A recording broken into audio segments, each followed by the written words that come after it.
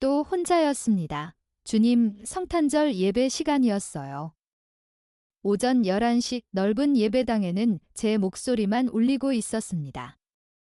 의자들은 가득 놓여 있었지만 앉아 있는 사람은 아무도 없었어요. 찬송가를 틀었습니다. 혼자서 불렀습니다. 사람들을 향해 해야 할 설교를 아무도 없는 빈 의자들을 바라보며 했습니다. 오늘도 저 혼자 예배를 드리고 있구나. 그 생각이 들자 갑자기 목이 메어왔습니다. 찬송가는 중간에서 멈췄고 더 이상 소리를 낼 수가 없었습니다. 하나님, 왜입니까? 참다 결국 소리를 질렀습니다. 주먹으로 강단을 세게 쳤습니다. 오늘이 성탄절인데 예수님이 이 땅에 오신 날인데 그 순간 눈물이 한꺼번에 쏟아졌습니다. 도저히 참을 수가 없었어요. 창밖을 바라봤습니다. 사람들이 지나가고 있었습니다. 쇼핑백을 들고 웃으며 걸어가고 있었어요. 저들은 파티를 하고 있는데 제 목소리는 떨리고 있었습니다. 정작 예배당은 텅 비어 있었습니다. 저는 설교 원고를 집어 들었습니다. 떨리는 손으로 천천히 펼쳤어요. 이 설교를 도대체 누가 듣는 겁니까? 원고를 던지려다 말았습니다. 힘이 풀려 그대로 의자에 주저앉았습니다. 작년에도 혼자였습니다. 재작년에도 혼자였어요. 고개가 자연스럽게 떨어졌습니다. 주님, 언제까지 이렇게 해야 합니까? 그때였습니다. 문득 한 생각이 스쳐 지나갔습니다. 주님도 혼자셨잖아요. 2000년 전 그날이 떠올랐습니다. 베들레헴의 여관은 사람들로 가득 차 있었고 웃음소리가 흘러나오고 있었습니다. 하지만 예수님은 문 밖에 계셨습니다. 방이 없다는 말 한마디, 차갑게 닫히는 문 아무도 그분을 환영하지 않았습니다. 아, 주님도 거절당하셨구나. 저는 천천히 자리에서 일어났습니다. 눈물을 닦으며 스스로에게 물었습니다. 제가 화가 났던 이유가 뭡니까, 주님? 빈 의자들을 다시 바라봤습니다. 사람들이 오지 않아서가 아니었습니다. 제 목소리는 여전히 떨리고 있었지만 분명해졌습니다. 주님이 환영받지 못하신 그 사실이 너무 마음이 아팠던 겁니다. 저는 다시 강단으로 걸어갔습니다. 설교 원고를 조심스럽게 집어들었습니다. 알겠습니다, 주님. 깊게 숨을 들이쉬었습니다. 혼자여도 괜찮습니다. 주님만 여기 계시면 됩니다. 그제야 저는 조금 알 것 같았습니다. 성탄절이 무엇인지 아주 조금은 말이에요. 새벽 5시였습니다. 예배당 문을 열며 가장 먼저 떠오른 생각은 이것이었습니다. 아무도 없구나. 성탄절 아침이었어요. 불을 켰습니다. 의자들은 가지런히 놓여 있었고 강단 위에는 성경이 펼쳐져 있었습니다. 모든 준비는 이미 끝나 있었어요. 그런데 사람만 없었습니다. 이상했습니다. 오늘은 성탄절인데 말이에요. 거리에는 캐럴이 울려 퍼지고 있을 시간이었고 백화점에는 커다란 트리가 세워져 있을 거예요. 사람들은 선물을 사기 위해 분주히 움직이고 있겠죠. 그런데 정작 예수님이 오신 이유를 기억하는 사람은 아무도 없는 것 같았습니다. 저는 가만히 빈 의자들을 바라봤습니다. 이 광경이 낯설지 않았어요. 작년에도 그랬고 재작년에도 그랬습니다. 해마다 반복되는 모습이었어요. 성탄절은 돌아오는데 사람들은 돌아오지 않았습니다. 그때 이런 생각이 들었습니다. 우리는 언제부터 성탄절을 이렇게 보내게 되었을까? 언제부터 성탄절이 예배가 아니라 파티가 되어버렸을까? 언제부터 예수님이 주인공이 아니라 우리가 주인공이 된 걸까? 저는 강단 앞에 섰습니다. 아무도 없는 예배당에서 설교를 준비하고 있다는 사실이 갑자기 낯설게 느껴졌습니다. 이게 맞는 걸까? 마음속에서 그런 질문이 올라왔어요. 그런데 또 다른 목소리가 조용히 물어왔습니다. 그래서 너는 성탄절이 뭐라고 생각하니? 저는 대답하지 못했습니다. 수십 년 동안 목회를 해왔지만 성탄절이 무엇인지 확신 있게 설명할 자신이 없다는 사실을 그 순간 처음 깨달았습니다. 사람들에게 오라고 말할 수는 있었어요. 하지만 왜 와야 하는지에 대해서는 확실히 말하지 못하고 있었습니다. 저는 다시 창밖을 바라봤습니다. 해가 천천히 떠오르고 있었어요. 성탄절 아침이 밝아오고 있었습니다. 세상은 여전히 바쁘게 움직이고 있었지만 정작 가장 중요한 것은 멈춰 있는 것처럼 느껴졌습니다. 저는 그 자리에서 무릎을 꿇었습니다. 그리고 조용히 기도했습니다. 주님, 성탄절이 무엇입니까? 정말로 무엇입니까? 답을 아는 척하지 않았습니다. 모른다고 솔직하게 고백했습니다. 그 기도는 오랜만에 드리는 아주 진짜 같은 기도였습니다. 그때 한 장면이 제 마음속에 떠올랐습니다. 몇 년 전 병원 응급실에서 보았던 광경이었어요. 한 아이가 급히 실려왔습니다. 교통사고였습니다. 의사들이 뛰어왔고 간호사들이 분주하게 움직였습니다. 누구도 웃지 않았고 누구도 축하하지 않았습니다. 파티도 없었고 음악도 없었습니다. 그곳에는 오직 한 가지 목적만 있었습니다. 이 아이를 살려야 한다는 것, 그것뿐이었어요. 모두가 그 아이를 살리기 위해 움직이고 있었습니다. 그 순간 제 마음이 멈춘 것처럼 느껴졌습니다. 아, 그렇구나. 성탄절도 바로 이거였구나. 성탄절은 축제가 아니었습니다. 분위기가 아니었고 기념일도 아니었습니다. 성탄절은 응급실이었습니다. 죽어가고 있는 인류를 살리기 위해 하나님께서 직접 내려오신 날이었어요. 그 깨달음이 밀려오자 빈 예배당이 더 이상 쓸쓸하게 느껴지지 않았습니다. 오히려 모든 것이 또렷해졌어요. 오늘 내가 이 자리에 서 있는 이유가 무엇인지, 왜 아무도 없어도 설교를 해야 하는지 분명해졌습니다. 성탄절은 추억이 아닙니다. 과거에 한 번 있었던 이야기가 아니에요.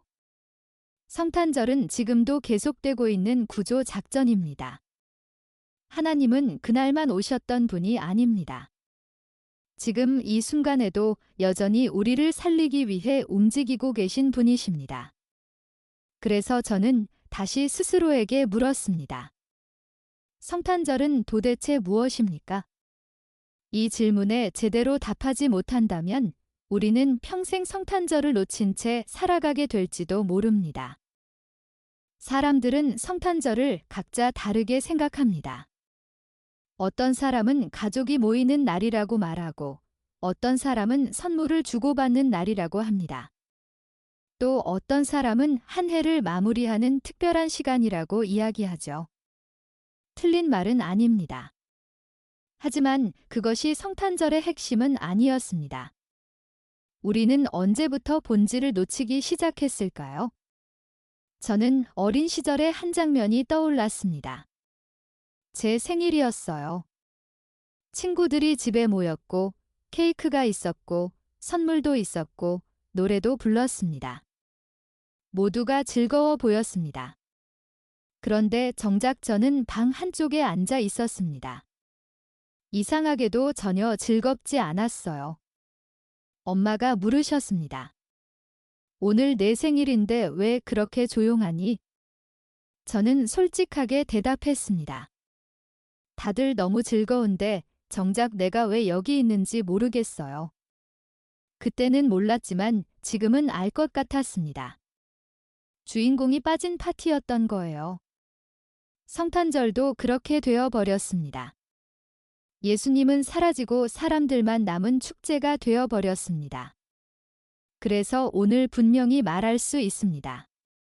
성탄절은 기념일이 아닙니다. 과거의 일을 추억하는 날도 아니에요. 성탄절은 지금 이 순간에도 일어나고 있는 일입니다.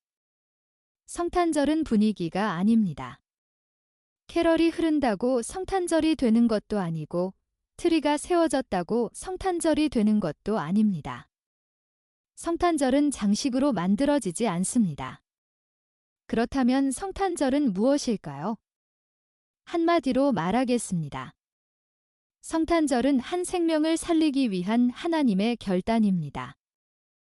이해를 돕기 위해 하나의 장면을 떠올려 보세요. 어느 날 소방서에 긴급 신고가 들어옵니다.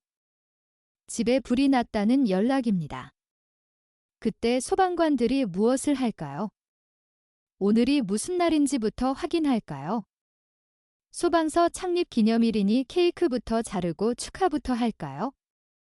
말이 되지 않죠? 소방관들은 즉시 출동합니다. 이유는 단 하나입니다. 사람이 죽어가고 있기 때문입니다. 살려야 하기 때문입니다. 성탄절이 바로 그렇습니다. 성탄절은 하나님께서 출동하신 날입니다. 왜 출동하셨을까요? 인류가 이미 죽어가고 있었기 때문입니다. 더 이상 기다릴 수 없는 상태였습니다. 구조가 필요했어요? 어떤 사람은 이렇게 묻습니다. 그렇게까지 급했나요? 네, 급했습니다. 너무 급했습니다. 인류는 죄로 인해 이미 치명적인 상태에 놓여 있었습니다. 스스로는 절대 살아날 수 없는 상황이었어요. 병원에서 일하는 한 친구가 제게 했던 말이 떠오릅니다. 골든 타임을 놓치면 끝이에요. 환자는 죽고 의사는 평생 그 순간을 후회하며 살게 됩니다. 하나님은 그 골든 타임을 놓치지 않으셨습니다. 정확한 때에 오셨습니다. 성경은 말합니다. 때가 참매 하나님이 그 아들을 보내셨다고요. 그 말의 뜻은 이겁니다. 더 이상 미룰 수 없었다는 것, 지금 당장 구조해야 했다는 뜻입니다. 예수님은 축하받기 위해 오신 분이 아닙니다. 영광을 받으러 오신 것도 아니에요. 우리를 살리기 위해 오셨습니다. 그게 전부입니다. 병원 응급실을 다시 한번 떠올려 보세요. 응급실에 실려온 환자에게 의사가 가장 먼저 하는 일은 축하하는 것이 아닙니다. 긴 설명을 늘어놓는 것도 아니에요. 의사는 곧바로 치료를 시작합니다. 말보다 행동이 먼저입니다. 살리는 것이 가장 중요하기 때문입니다. 예수님도 그러셨습니다. 이 땅에 오시자마자 일을 시작하셨어요. 병든 자를 고치셨고 귀신 들린 자를 자유롭게 하셨으며 죄인을 용서하셨습니다. 왜 그렇게 하셨을까요? 살리기 위해서였습니다. 그런데 우리는 이 사실을 자주 잊어버립니다. 성탄절을 파티로 만들어 버렸어요. 정작 살림을 받아야 할 우리는 구경하는 사람이 되어 버렸습니다. 성탄절의 주인공은 우리가 아닙니다. 그리고 많은 사람들이 오해하지만 성탄절의 주인공은 예수님도 아닙니다. 정확히 말하면 성탄절의 주인공은 죽어가던 우리였습니다. 예수님은 그 우리를 살리러 오신 구조자입니다. 이 사실을 깨닫는 순간 성탄절은 완전히 달라집니다. 더 이상 구경하는 날이 아닙니다. 그날은 내가 살아난 날이고 내가 구조받은 날입니다. 며칠 전 뉴스에서 산에서 조난당한 등산객 이야기를 보았습니다. 구조 헬기가 출동했습니다. 어떤 사람들은 물었습니다. 왜 헬기까지 띄워야 하나요? 참 이상한 질문이죠. 사람이 죽어가고 있는데 왜 구조하느냐고 묻는 것과 다르지 않습니다. 성탄절도 마찬가지입니다. 왜 예수님이 오셔야 했냐고 묻는다면 답은 하나입니다. 우리가 죽어가고 있었기 때문입니다. 사람은 정말 위급할 때만 구급차를 부릅니다. 건강한 사람이 일부러 구급차를 부르지는 않아요. 다리가 부러졌을 때, 숨이 막힐 때, 심장이 멈출 것 같을 때, 비로소 도움을 요청합니다. 불이 나지 않으면 소방차는 필요 없습니다. 집이 평온할 때는 소방서에 전화하지 않아요. 연기가 보이고 불길이 치솟을 때, 그제야 구조를 요청합니다. 그렇다면 예수님이 이 땅에 오셨다는 사실은 무엇을 의미할까요? 그것은 이 세상이 이미 깊이 병들어 있었다는 증거입니다. 우리가 생각하는 것보다 훨씬 위급한 상태였다는 뜻이에요. 그런데 문제는 많은 사람들이 그 사실을 모른다는 데 있습니다. 아니, 알면서도 모른 척한다는 표현이 더 정확할지도 모릅니다. 저는 한 사람을 알고 있습니다. 오랫동안 기침을 했지만 병원에 가지 않았어요. 이 정도는 괜찮다며 몇 달을 버텼습니다. 그러다 결국 쓰러져 응급실로 실려갔습니다. 진단은 폐암이었습니다. 의사가 물었습니다. 왜 이렇게 늦게 오셨어요? 그분은 조용히 대답했습니다. 아픈 줄 몰랐어요. 익숙해져서요. 그 말을 듣는 순간 저는 우리 모습이 보였습니다.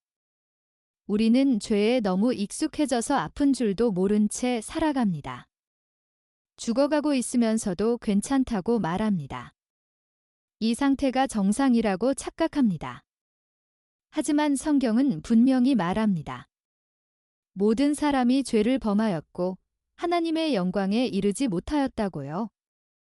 예외는 없습니다. 죄란 단순히 법을 어기는 것만을 말하지 않습니다. 하나님 없이 사는 것, 하나님을 잊고 내 힘으로만 살려고 하는 것, 그것이 죄입니다. 그리고 그 죄의 결과는 분명합니다. 사망입니다. 육체의 죽음만이 아니라 영혼의 죽음까지 포함된 말입니다. 어떤 사람은 말합니다. 그래도 나는 나쁜 사람은 아니라고, 좋은 일도 많이 했다고요. 맞는 말입니다. 하지만 그게 치료가 될 수 있을까요? 암 환자가 착한 마음만으로 치료될 수 없는 것처럼 우리의 선행은 죄를 없애지 못합니다. 치료가 필요합니다. 그리고 그 치료자가 바로 예수님입니다. 예수님은 이렇게 말씀하셨습니다. 건강한 자에게는 의사가 필요 없고 병든 자에게라야 의사가 필요하다고요. 그 말씀이 왜 그렇게 무겁게 들렸는지 이제는 알 것 같았습니다. 그렇다면 우리는 무엇을 해야 할까요? 먼저 인정해야 합니다. 내가 아프다는 것, 내가 도움이 필요하다는 사실을 말이에요. 병원에서 가장 안타까운 환자가 어떤 환자인지 아십니까? 아프다는 걸 인정하지 않는 환자입니다. 의사가 아무리 치료하려 해도 환자가 거부하면 아무것도 할 수 없습니다. 성탄절도 마찬가지입니다.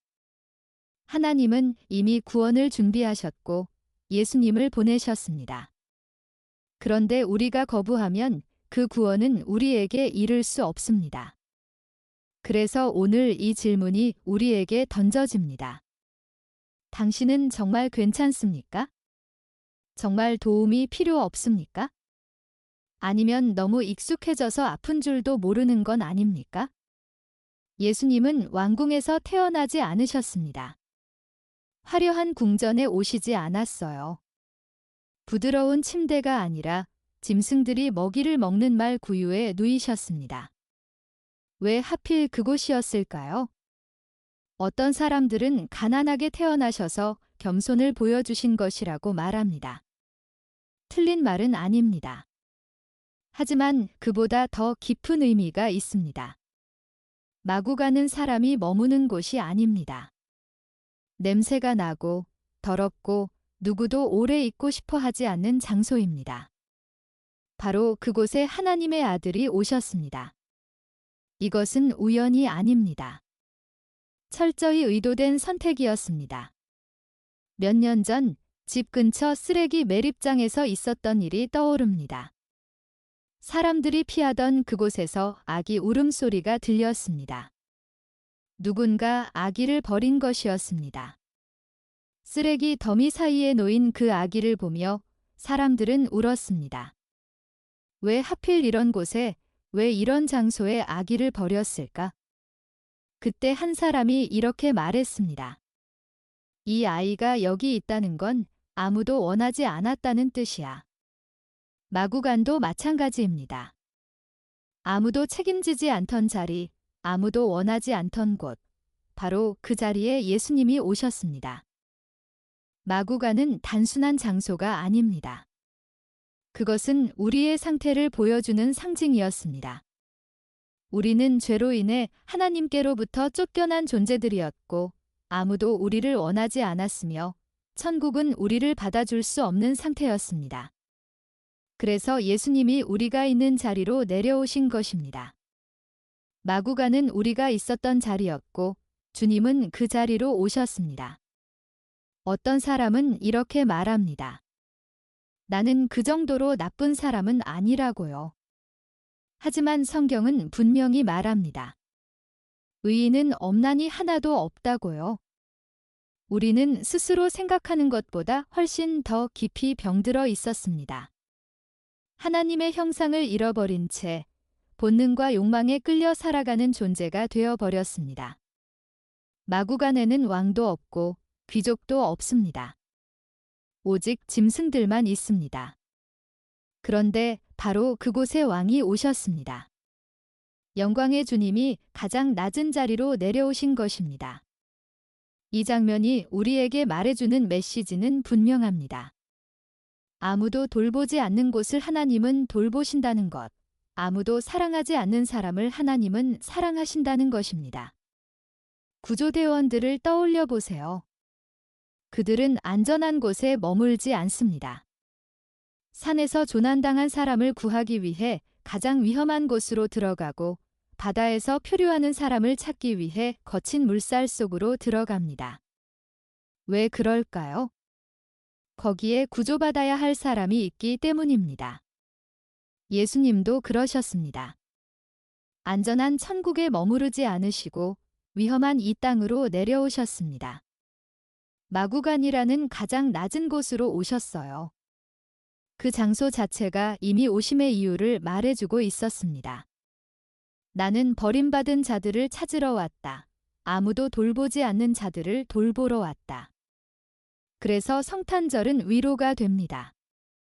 내가 아무리 낮은 곳에 있어도 주님은 거기까지 내려오신다는 사실, 내가 아무리 더럽고 망가진 상태여도 주님은 나를 찾아오신다는 약속이 담겨 있기 때문입니다.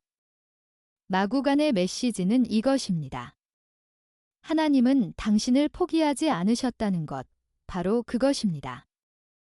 그런데 이런 질문이 자연스럽게 떠오릅니다. 왜 하나님은 이렇게까지 하셔야 했을까요? 전능하신 분이시라면 다른 방법도 많았을 텐데요. 왜 하필 연약한 아기의 모습으로 오셔야 했을까요? 왜 천사 군대를 이끌고 오셔서 단번에 세상을 뒤집지 않으셨을까요? 왜 악을 즉시 심판하지 않으셨을까요? 우리의 생각으로 보면 힘으로 누르고 권력으로 굴복시키는 것이 더 빠르고 확실한 해결책처럼 보입니다. 하지만 하나님은 전혀 다른 길을 선택하셨습니다. 이유는 분명합니다. 심판은 사람을 도망치게 하지만 사랑은 돌아오게 하기 때문입니다. 길을 잃은 아이를 떠올려 보세요. 부모가 멀리서 소리를 지르며 말합니다. 당장 나와, 안 나오면 혼난다. 그 아이는 어떻게 할까요? 더 무서워서 숨어 버릴 겁니다. 하지만 부모가 직접 숲속으로 들어가 아이의 이름을 부르며 말합니다. 괜찮아, 무서웠지, 같이 집에 가자.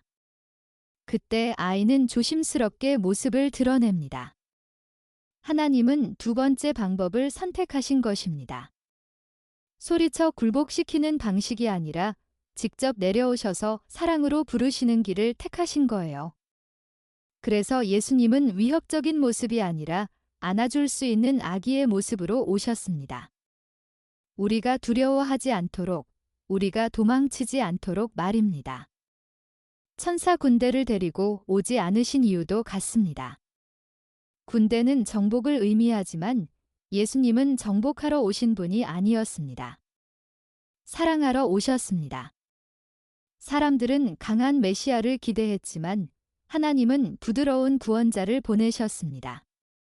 전쟁은 승자와 패자를 남기지만 사랑은 모두를 품습니다. 그래서 하나님은 심판보다 기다림을 택하셨고 강요보다 초대를 선택하셨습니다. 지금은 멸망의 때가 아니라 돌아올 수 있는 기회의 시간입니다. 예수님이 낮은 모습으로 오신 이유는 단 하나입니다.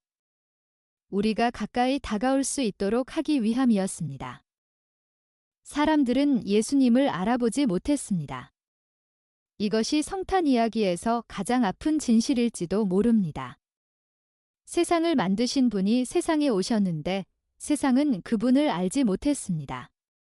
자기 백성에게 오셨지만 그분을 영접하지 않았습니다. 왜 그랬을까요? 사람들의 기대가 달랐기 때문입니다.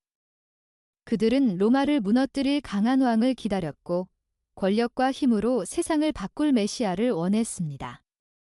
그런데 그분은 악이었습니다. 왕관도 없었고 군대도 없었으며 마구간에 누워 계셨습니다. 사람들은 실망했습니다. 이것이 우리가 기다리던 메시아냐고 말했습니다. 베들레헴의 여관에는 방이 없었습니다. 정말 방이 없었을까요? 아마 방은 있었을 겁니다. 하지만 가난한 부부에게 내어줄 이유가 없었을 뿐입니다. 돈도 없고 지위도 없고 아무런 가치가 없어 보였기 때문입니다. 이것은 단순한 공간의 문제가 아니었습니다. 세상이 이미 너무 가득 차 있어서 구원을 받아들일 자리가 없었다는 고백이었습니다. 여관 주인에게 중요한 것은 장사였고 이익이었고 지금 당장의 편안함이었습니다. 그래서 예수님을 위한 자리는 없었습니다. 그날 밤 불이 켜진 방들 안에서는 웃음소리와 이야기 소리가 흘러나왔습니다. 사람들은 먹고 마시며 바쁘게 시간을 보내고 있었습니다.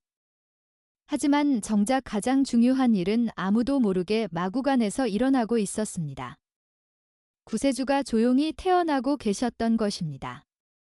사람들은 바빴고 즐거웠고 정신이 없었습니다. 그래서 예수님이 오신 것을 알아채지 못했습니다. 성탄절의 비극은 이것입니다. 구원이 왔는데도 필요 없다고 문을 닫아버린 것, 우리는 괜찮다고 말하며 도움을 거절해버린 것입니다. 그러나 주님은 돌아가지 않으셨습니다. 환영받지 못했다고 해서 포기하지 않으셨어요. 거절당했다고 해서 구원의 계획을 접지 않으셨습니다. 보통 사람이라면 이렇게 생각했을 겁니다. 여기는 나를 원하지 않는구나. 그렇다면 돌아가야겠지? 하지만 예수님은 그러지 않으셨습니다. 마구간에서 태어나셨습니다. 아무도 원하지 않던 자리에서 남겨진 공간에서 태어나셨어요. 왜냐하면 포기할 수 없었기 때문입니다. 우리가 여전히 죽어가고 있었기 때문입니다. 살려야 할 이유가 있었기 때문입니다. 구급대원이 욕을 먹으면서도 응급처치를 멈추지 않는 것처럼 예수님은 환영받지 못해도 멈추지 않으셨습니다. 우리의 생명이 걸려 있었기 때문입니다. 성탄은 환영의 조건으로 시작된 것이 아닙니다. 살려야 할 이유로 시작된 사건이었습니다. 우리가 원하든 원하지 않든, 우리가 알아주든 알아주지 않든 주님은 우리를 살리기로 이미 결정하셨습니다. 그래서 마구간은 우연이 아니라 의도된 선택이었습니다. 세상이 준비한 자리가 아니라 하나님이 선택하신 자리였습니다. 그곳이 바로 우리가 있던 자리였기 때문입니다. 버림받은 자리, 외면당한 자리, 아무도 돌보지 않던 자리, 바로 그곳으로 주님은 오셨습니다. 우리가 주님을 찾기 전에 주님은 이미 우리를 찾고 계셨습니다. 이것이 복음입니다. 그래서 오늘 다시 묻습니다. 당신의 마음에는 예수님을 위한 자리가 있습니까? 여관주인은 방을 내어주지 않았습니다. 그래서 예수님은 마구간에서 태어나셨습니다. 그렇다면 당신은 어떻게 하시겠습니까? 오늘 이 성탄절에 주님을 위한 자리를 마련하시겠습니까? 마음의 문을 조금이라도 열어주시겠습니까? 그 문이 열리는 순간 주님은 들어오십니다. 그리고 당신의 삶은 달라질 것입니다. 마구간 같던 인생이 성전이 되고 어둡던 삶의 빛이 들어올 것입니다. 성탄절은 축제가 아닙니다. 구원입니다. 기념일이 아니라 생명입니다. 과거가 아니라 지금입니다. 예수님은 오늘도 우리를 살리고 계시고, 오늘도 우리를 찾고 계시며, 오늘도 우리의 마구간으로 들어오고 계십니다. 이 이야기가 당신에게 닿았다면 그것은 우연이 아닙니다. 주님이 지금도 당신을 부르고 계시다는 증거입니다.